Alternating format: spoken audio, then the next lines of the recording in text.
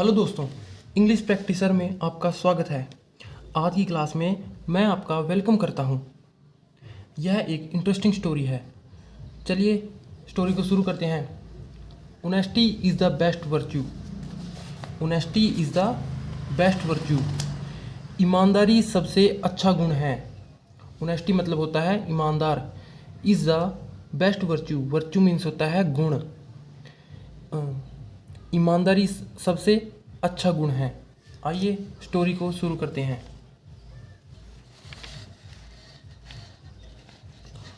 Once there lived a poor woodcutter in a village. एक बार एक गांव में गरीब लकड़हारा रहता था। वुड कटर मीन्स होता है लकड़हारा। He used to go to the forest and cut trees for wood. वह जंगल में जाता था और लकड़ी के लिए पेड़ काटता था। He use to go to forest and cut tree for wood. Wood means होता है लकड़ी, फॉरेस्ट मीन्स होता है जंगल। Then he use to go sell them in the town. Town मतलब होता है शहर। वह उन्हें शहर में बेच देता था। वह उन्हें शहर में बेच देता था। He earned his living by selling would.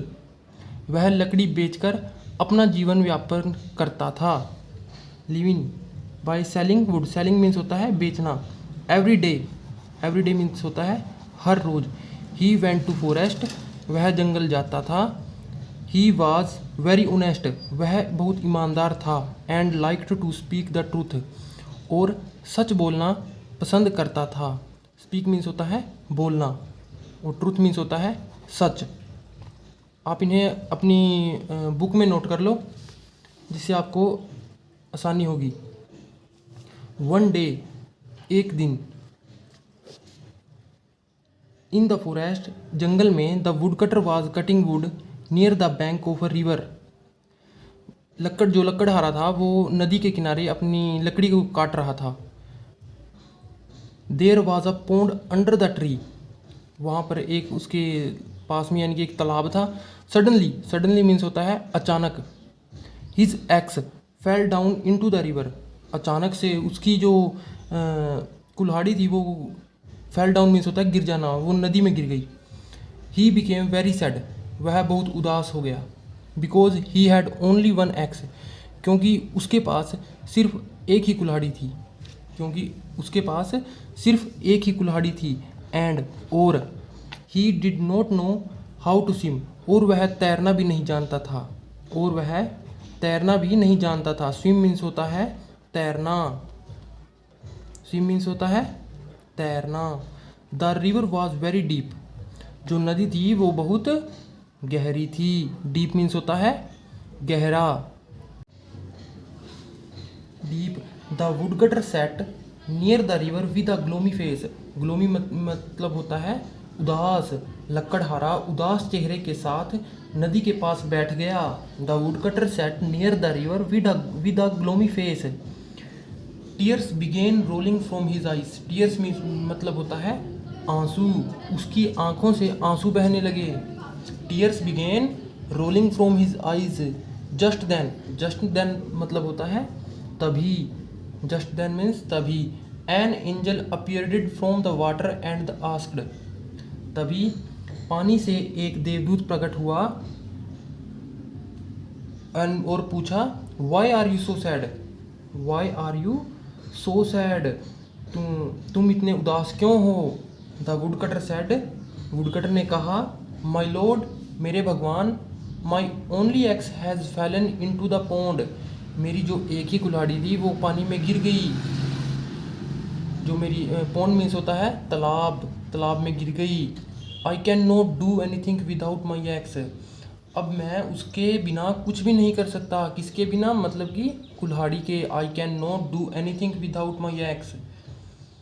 I am a poor would cutter. मैं एक गरीब लकड़हारा हूँ। I can not purchase a new x. मैं एक नई कुल्हाड़ी नहीं खरीद सकता। परचेज मतलब होता है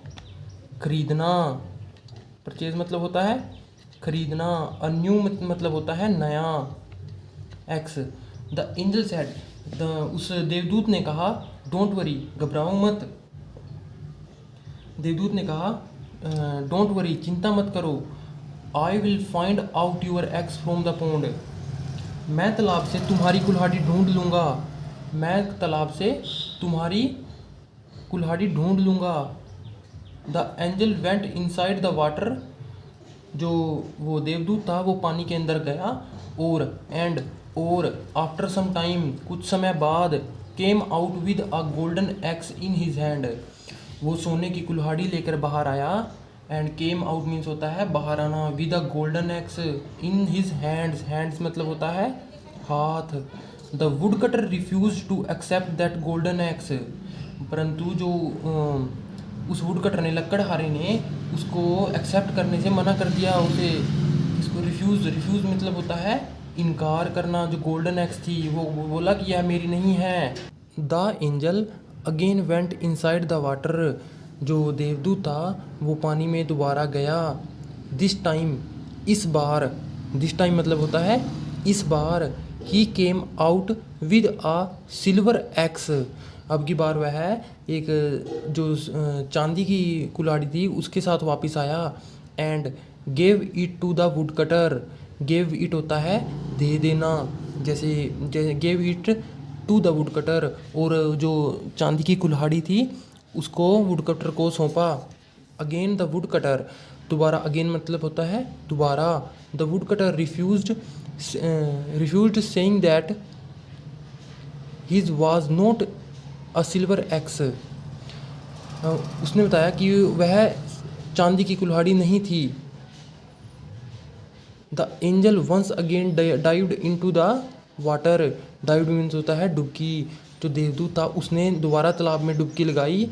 दिस टाइम, इस बार, he came out with the wood cutters iron axe, अब की बार वह उसके लोहे की कुल्हाड़ी के साथ वापस आया। आयरन मतलब होता है लोहा, लोहा। The wood cutter happily accepted his ex, जो वुड कटर था उसने खुशी से अपनी कुल्हाड़ी को एक्सेप्ट किया, मंजूर किया। एंड, और हैप्पीली मतलब होता है खुशी से। एंड थैंक्ड द एंजल, और जो उसका देवदूत का धन्यवाद किया। थैंक्स मतलब होता है धन्यवाद, ये वर्ब की सेकंड फॉर्म होगी thanked.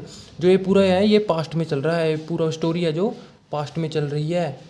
Thanked the angel, the angel was greatly pledged with the honesty of the would cutter, जो एंजल था वो उसकी ऑनेस्टी देखकर बहुत खुश हुआ।